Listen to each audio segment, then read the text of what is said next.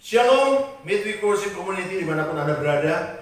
Mari hari ini kita dengan penuh antusias menghampiri hadirat Tuhan. Kita memuji dan menyembah Tuhan. Let's worship Him.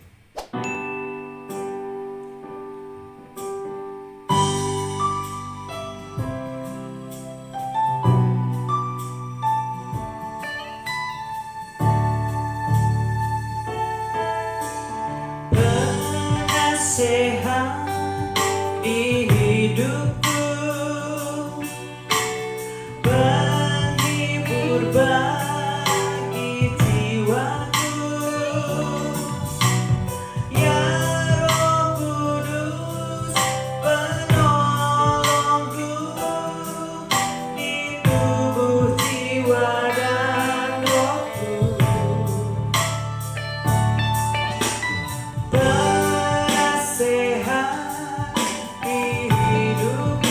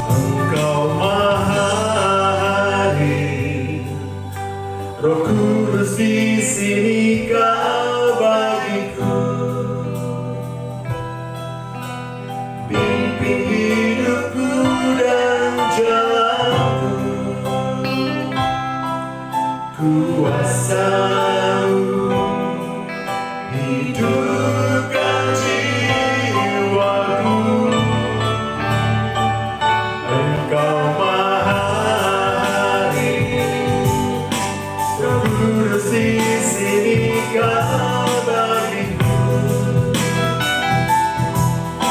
naungi hidupku dan jalanku, kuasa-Mu terjadi bagiku.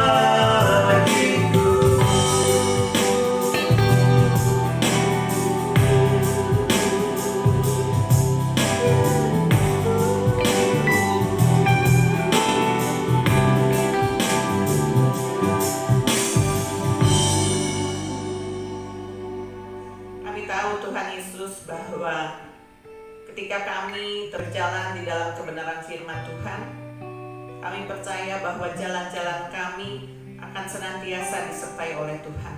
Dan ketika kami terus belajar mengandalkan Tuhan, berserah kepada Tuhan, Engkau juga akan terus membimbing kami, memberikan yang terbaik buat kehidupan kami. Kami tahu Tuhan Yesus, kami tidak bisa hidup tanpa Engkau. Oleh sebab itu biarlah Roh Kudus yang senantiasa membimbing kami, memimpin hidup kami, dan terus mengajar kami Tuhan Yesus.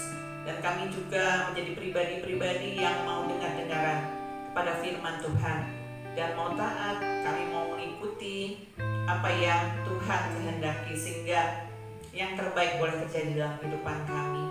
Biar dalam kehidupan kami boleh juga senantiasa terus memuji dan menyembah nama Tuhan, dan terus bersyukur Tuhan Yesus akan apapun yang terjadi dalam kehidupan kami. Tetap kami mengucap syukur, karena di dalam pengucapan syukur ada berkat tersendiri buat kami semua.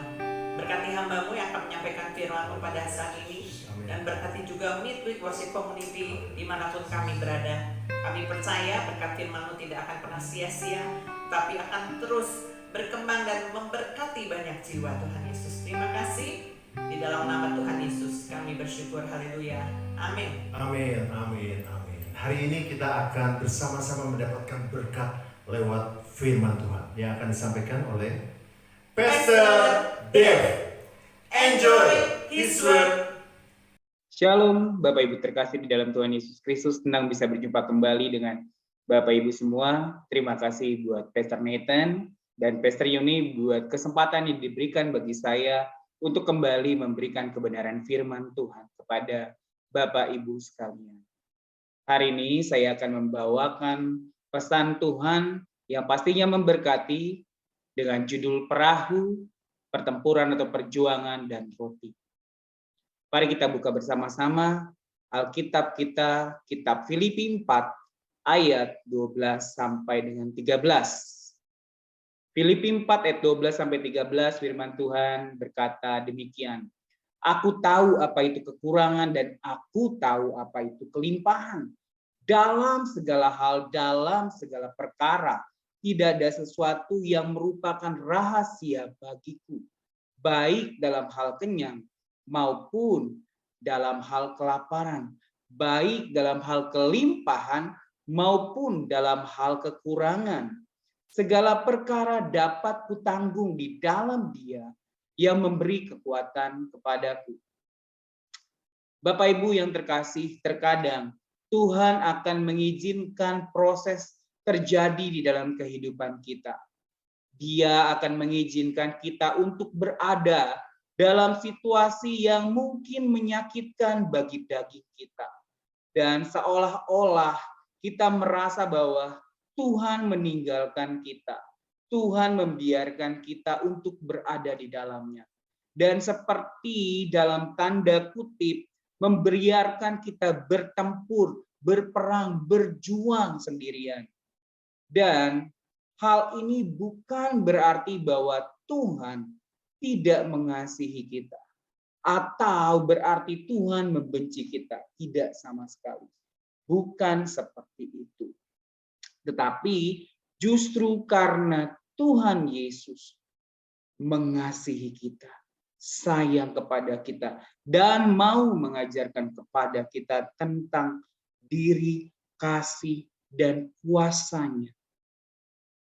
Dalam kehidupan Rasul Paulus, bukan hanya dia bertahan Dia juga telah belajar untuk menjadi puas.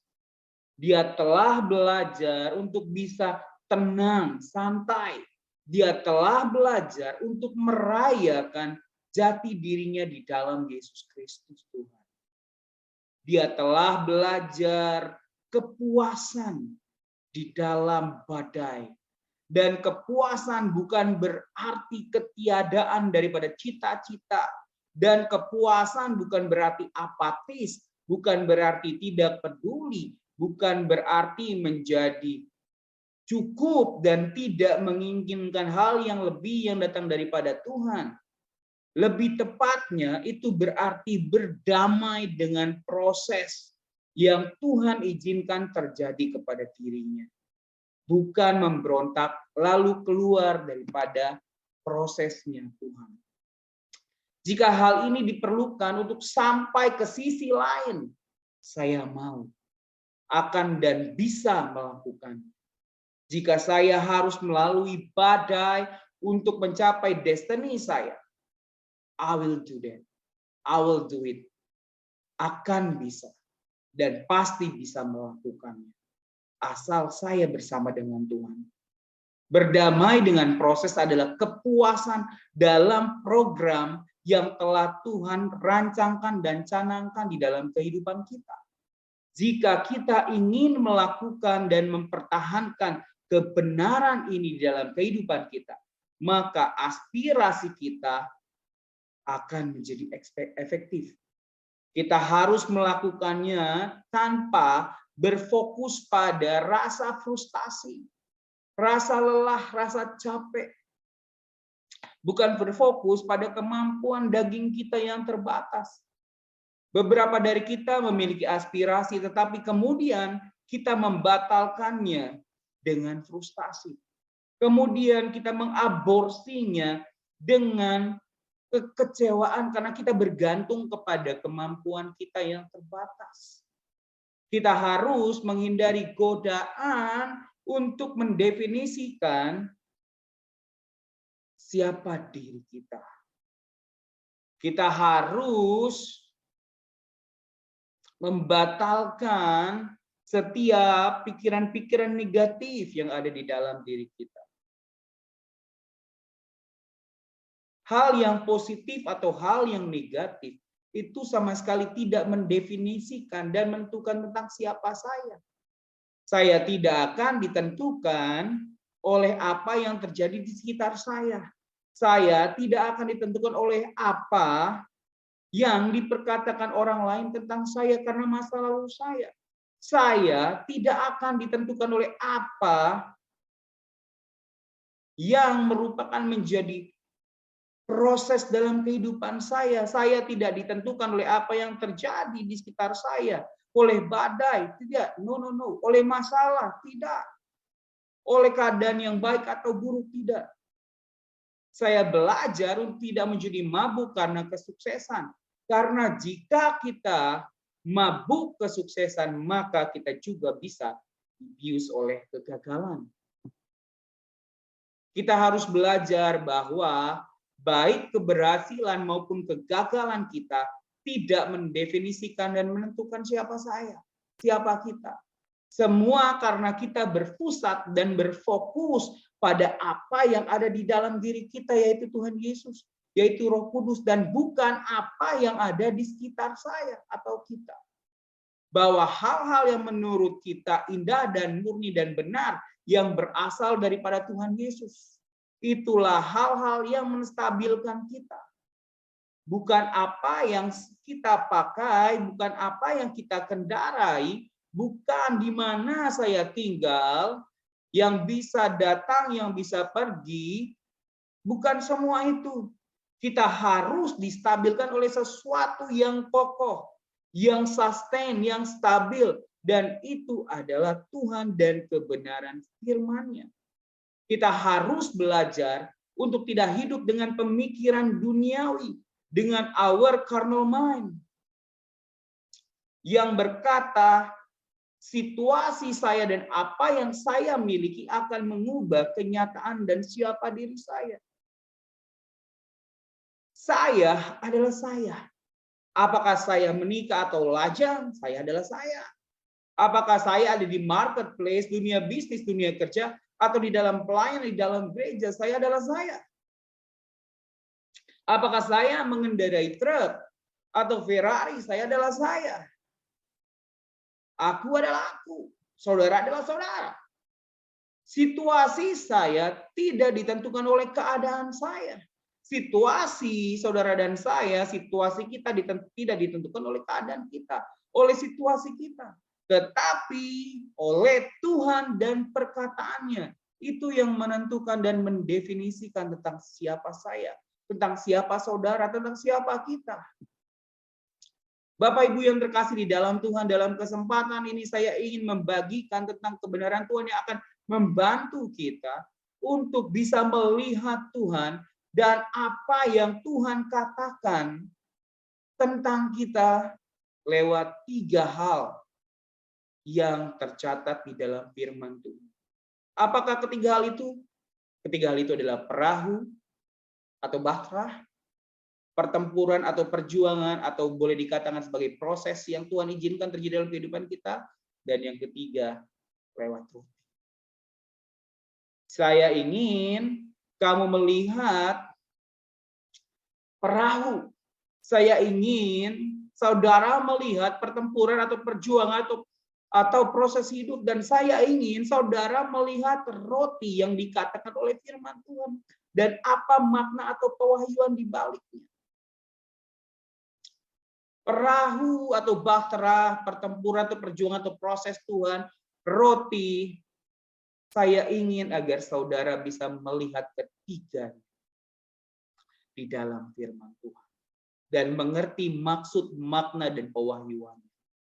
Perahu atau bahtera yang saya ingin bicarakan dan bagikan adalah perahunya Tuhan dan pewahyuan.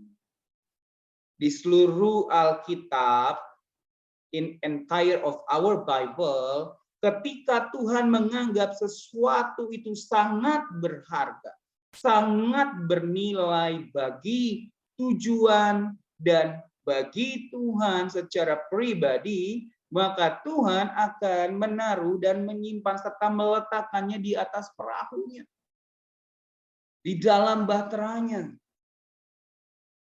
Ketika Nuh mendapat perkenanan Tuhan, Tuhan berkata kepada Nuh, aku akan membawamu melewati ini, air bah, dengan perahu bahtera. Ketika aku menempatkan kamu di atas kapal bahtera, aku akan menutup pintu bahtera tersebut dan kamu akan selamat.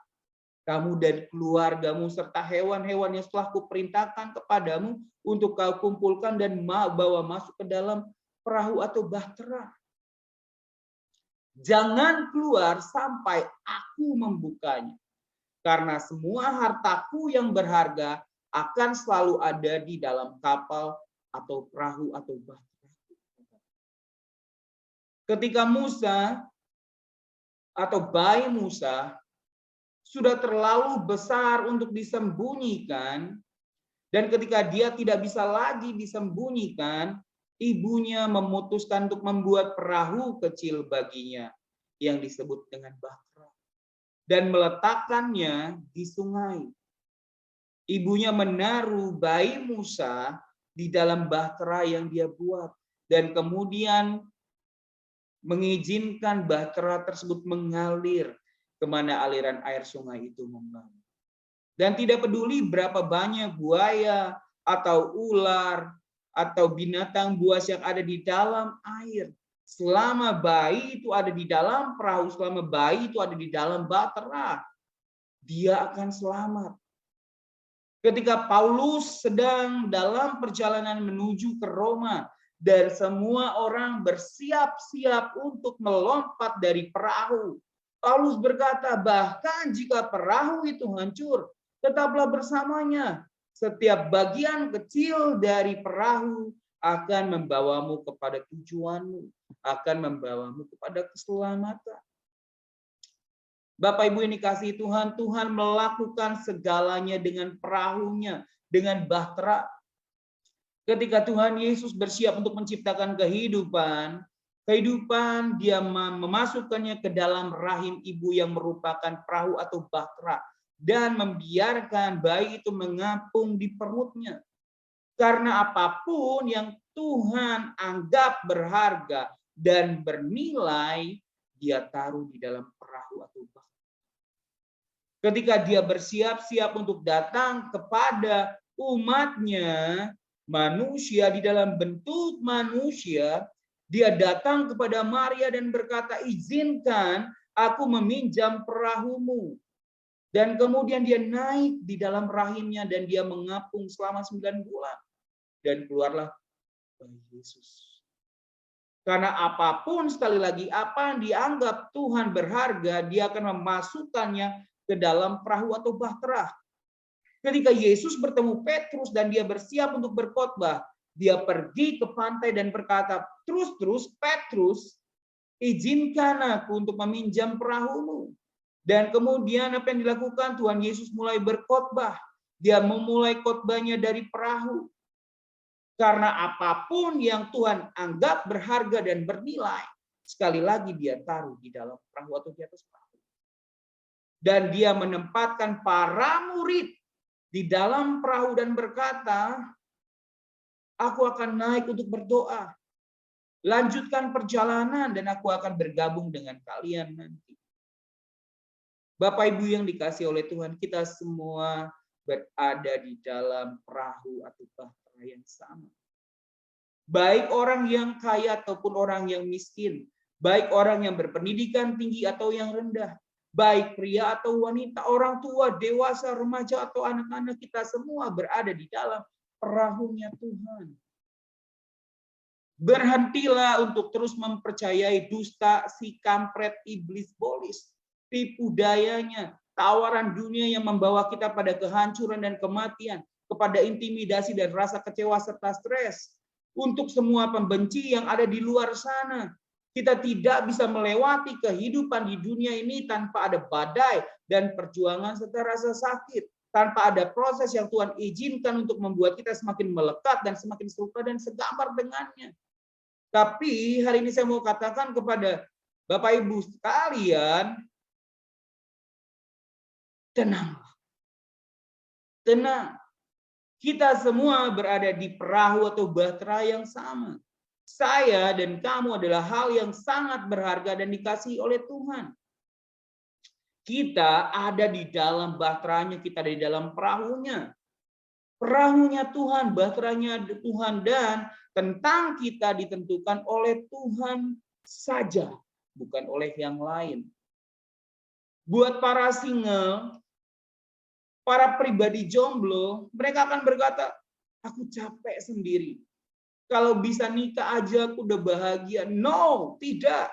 Ketika kita berpikir seperti itu, maka kita hanya akan memiliki seorang untuk berdebat, alih-alih berdebat dengan diri sendiri. Itu hanya sebuah pelarian dari proses yang kita jalani dan perjuangkan bersama dengan Tuhan. Supaya ketika pada waktunya kita untuk memiliki pasangan, kita sudah siap untuk mengarungi hubungan tersebut. Orang yang bertubuh kurus dan ingin menambah berat badannya, dia akan berdoa dan melakukan segala cara untuk bisa menambah berat badannya. Mungkin dia pergi ke dokter untuk bertanya bagaimana caranya bisa meningkatkan berat tubuhnya. Mungkin dia makan lebih banyak daripada biasanya. Dia minum vitamin hanya untuk bisa menambah berat badannya. Untuk orang yang bertubuh gemuk dan ingin mengurangi badannya, mungkin saja dia melakukan exercise, dia berlari mengelilingi rumahnya supaya bisa mengurangi lemak-lemak yang ada dalam tubuhnya. Mungkin saja dia melakukan diet, mungkin saja dia pergi ke gym untuk bisa mendapatkan postur tubuh yang ideal dan berat badan yang ideal. Dia harus berjuang, dia harus bertempur, dia harus menjalani proses guna melawan hawa nafsunya untuk makan banyak dan malas untuk berolahraga.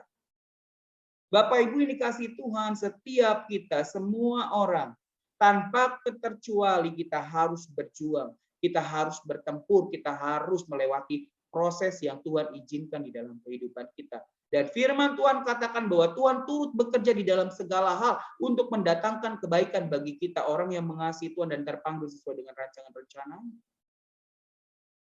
Kita tidak bisa melewati kehidupan kita tanpa perjuangan, tanpa pertempuran, tanpa prosesnya Tuhan. Tidak mungkin ada kemenangan tanpa ada sebuah pertempuran. Kita tidak mungkin serupa segambar semakin serupa dengan Tuhan kalau kita tidak melewati proses yang Tuhan izinkan untuk membentuk kita, untuk menjadikan kita semakin serupa dengan Tuhan, untuk membuat kita melekat kepada Tuhan, untuk kita menjadi fokus kepada Tuhan. Tenang, saudara-saudara terkasih. Tidak ada cara untuk sampai ke sisi lain tanpa sebuah perjuangan, tanpa sebuah pertempuran, tanpa sebuah proses kehidupan yang Tuhan izinkan untuk kita jalani. Jadi kita semua sedang berjuang, kita semua sedang bertempur, kita semua sedang berproses. Bapak Ibu yang dikasihi Tuhan, katakan pertempuran bersama dengan Tuhan. Katakan perjuangan bersama dengan Tuhan. Katakan berproses bersama dengan Tuhan. Ketika engkau berteriak, berseru, pertempuran bersama dengan Tuhan, sebenarnya saat itu kamu sedang memberitahu si iblis, si kampret, si bolis bahwa saya akan melawan kamu. Dan Tuhan menjadikan saya sebagai orang yang lebih daripada pemenang. Ketika engkau berseru, berteriak, berjuang bersama dengan Tuhan, pada saat itu sebenarnya kamu sedang membiarkan alam, situasi, dan keadaanmu tahu bahwa kamu tidak akan membiarkan hal buruk yang sedang terjadi terus akan menyerang dan mengintimidasi dirimu, bahkan menarik engkau jatuh ke bawah. Engkau tidak akan membiarkanmu.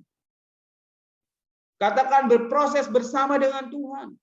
Artinya jika proses melompat datang kepada kita, kita akan berjuang, bertempur dan taat kepada Tuhan.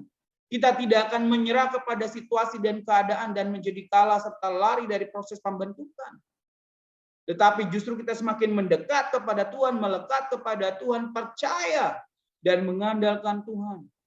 Ketika Bapak Ibu yang terkasih mengatakan, berseru, berteriak, berproses bersama Tuhan, artinya engkau sedang berkata, aku tidak akan berbaring dan kemudian mati. Itu berarti aku akan bertempur, berjuang, dan berproses bersama dengan Tuhan. Aku akan terus setia kepada apa yang Tuhan canangkan dalam kehidupanku. Karena aku yakin Tuhan selalu bersama denganku. Dan Tuhan menjamin, Tuhan menjadikanku orang yang lebih daripada pemenang. Bapak Ibu yang dikasihi Tuhan, murid-murid Tuhan juga berjuang. Mereka bertempur, mereka berproses baik secara jasmani atau iman di dalam perahu yang mereka tumpangi. Seperti yang tercatat di dalam kitab Markus 6 ayat 45 sampai 52. Markus 6 ayat 45 sampai 52 firman Tuhan berkata, sesudah itu Yesus segera memerintahkan murid-muridnya naik ke perahu dan berangkat lebih dulu ke seberang, ke Betsaida. Sementara itu ia menyuruh orang banyak pulang. Setelah ia berpisah dari mereka, ia pergi ke bukit untuk berdoa. Ketika hari sudah malam, perahu itu sudah ada di tengah danau. Sedang Yesus tinggal sendirian di darat. Ketika ia melihat betapa payahnya mereka mendayung karena angin sakal, maka kira-kira jam 3 malam ia datang kepada mereka, berjalan di atas air, dan ia hendak melewati mereka. Ayat 49, ketika mereka melihat Yesus berjalan di atas air, mereka mengira bahwa ia adalah hantu. Lalu mereka berteriak-teriak, sebab mereka semua melihat dia dan mereka pun terkejut. Tetapi segera ia berkata kepada mereka, tenanglah, aku ini, jangan takut. Lalu ia naik ke perahu dan mendapatkan mereka. Dan angin pun redahlah. Mereka sangat tercengang dan bingung. Sebab sesudah peristiwa roti itu, mereka belum juga mengerti. Dan hati mereka tetap tergiur. Teks ini atau ayat ini adalah satu-satunya ayat atau teks yang menceritakan kisah tanpa menceritakan tentang Petrus. Apakah engkau memperhatikannya? Ketika saya membaca pasal atau teks ini, di sana tidak disebutkan tentang Petrus yang berjalan di atas air. Lalu tiba-tiba saudara saya mulai berpikir, this is weird, ini aneh. Markus tidak fokus pada Petrus atau menyebut akan Petrus sama sekali. Dan saya harus memikirkan kembali dalam pikiran saya. Karena selama belasan tahun pelayanan saya selalu kagum akan Petrus karena berani keluar dari perahu. Saya pikir tadinya dia lebih baik daripada yang lain karena dia turun dari perahu. Saya pikir dia lebih kuat daripada yang lain karena dia berani turun dari perahu. Saya pikir dia lebih percaya karena dia berjalan di atas air. Tidak pernah terfikir di dalam benak saya bahwa bagi Petrus, untuk turun dari perahu mungkin berarti meninggalkan tempat yang diperintahkan untuk dia tinggal. Sebab sebelumnya Tuhan berkata, naiklah ke dalam perahu. Markus tidak menyebut Petrus karena bukan kehendak Tuhan bagi kita untuk lari dari pertempuran, pertarungan yang ada, dari proses yang ada, dan membiarkan orang lain berjuang. Pertanyaan yang timbul di dalam pikiran kita, bukannya Tuhan menyuruhnya turun dari kapal. Dia meminta turun dari kapal. Beberapa dari kita terus melompat dari perahu setiap kali badai naik. Setiap kali ada proses, kita ingin pergi dari proses tersebut. Kita ingin keluar dengan cara kita. Kapan kita akan bertumbuh? Dan sampai ke sisi yang lain apabila kita terus lari daripada proses dan tidak mau berjuang. Dan tidak mau menjalani.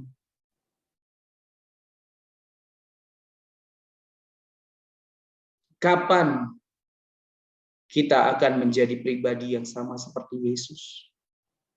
Kalau kita tidak mau berjuang bersama dengan Tuhan Yesus. Mari katakan, aku akan tetap di sini di perahu ini. Bergoyang-goyang dan terhuyung-huyung dan menarik sampai aku mendapatkan apa yang Tuhan ingin aku miliki. Pertanyaannya mungkin yang saudara pertanyakan atau timbul dalam pikiranmu. Siapa bilang Petrus benar lari? Tidak ada ayat di dalam Alkitab yang memuji dia karena berlari. Dia mengatakan dia berlari. Dan ketika Yesus menyelamatkannya, dia hanya perlu menyelamatkannya karena apa? Karena dia turun dari perahu. Karena Petrus keluar dari proses. Lalu apa yang dikatakan oleh Tuhan Yesus? Dan kemudian dia berkata, kamu yang kurang percaya. Saya pikir dia akan memanggilnya iman kecil. Tapi bertanya, mungkinkah imannya adalah iman kecil yang membuat dirinya lari dari perjuangan? Ini adalah firman Tuhan buat seseorang yang mendengarkan pesan ini. Tuhan katakan, kamu tidak akan lari dari proses yang ada, dari pertempuran atau perjuangan yang harus kamu lakukan. Dari prosesnya Tuhan. Melainkan kamu akan berdiri dengan tegap di dalam prosesmu, dalam perjuangan, dalam pertempuranmu bersama dengan Tuhan. Dan tidak peduli seberapa keras, seberapa lelahnya dirimu, kamu akan berhenti meminta mujizat untuk mengeluarkan kamu dari apa yang Tuhan izinkan terjadi kepadamu untuk memproses kamu, supaya kamu dapat memiliki, mendapatkan apa yang Tuhan tetapkan buat kamu. Apa yang Tuhan sudah canangkan dan rancangkan akan kamu. Berhenti berdoa minta mujizat supaya kamu bisa bypass proses tersebut. Tetapi katakan, Tuhan berikan aku kekuatan, berikan aku shalom, sukacita, strategimu, dan teruslah berjalan bersama denganku. Saudara yang terkasih, saya hampir selesai. Markus tidak menyebut Petrus sama sekali. Karena Petrus melewatkan proses Tuhan. Melewatkan pertempuran perjuangan di mana seharusnya dia lakukan bersama dengan Tuhan. And oh my God, astaga, OMG. Petrus ternyata punya kebiasaan melewatkan pertempuran, perjuangan atau proses yang Tuhan izinkan terjadi padanya. Ketika Yesus sampai di kayu salib, Petrus melewatkan proses, melewatkan pertempuran, melewatkan perjuangan. Dia menyangkal Tuhan dan mengatakan bahwa dia bukan seorang murid. Dia melewatkan proses Tuhan, dia melewatkan pertempuran perjuangan yang Tuhan izinkan supaya dia lewati dan lalui.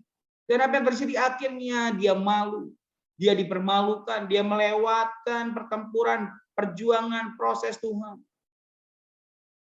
Saya hanya mau mengatakan mungkin saja dia harusnya tetap berada di dalam proses Tuhan, di dalam peperangan, dalam pertempurannya bersama dengan Tuhan. Pertanyaan buat kita Bapak Ibu yang terkasih. Sudahkah kita berjuang cukup keras? Apakah kita menolak untuk berjuang dengan pimpinan Roh Kudus?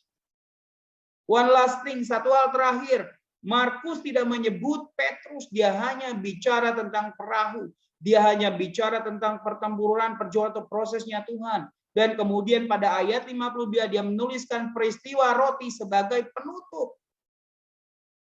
And now I understand. Dan sekarang saya mengerti.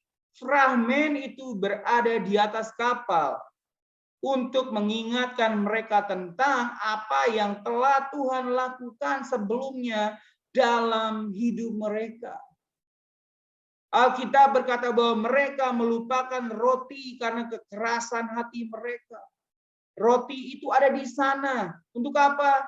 Untuk mengingatkan mereka tentang apa yang telah Tuhan lakukan buat mereka di masa lalu. Dan Yesus berkata, bawalah sisa-sisa itu bersamamu. Bapak Ibu yang dikasihi Tuhan, Tuhan meninggalkan ikan dan roti agar kita dapat mengingat apa yang telah Tuhan lakukan dan berikan kepada kita sebelumnya. Dan Tuhan tahu bahwa badai akan datang dalam kehidupan kita. Dan kita membutuhkan roti dan ikan tersebut di dalam kehidupan kita. Dan dia berkata, Yesus berkata kepada kita bahwa aku ingin meninggalkan bukti dalam hidupmu. Bahwa ketika kamu membutuhkan aku, ingatlah bahwa aku ada sebelumnya buat kamu. Dan aku akan selalu ada.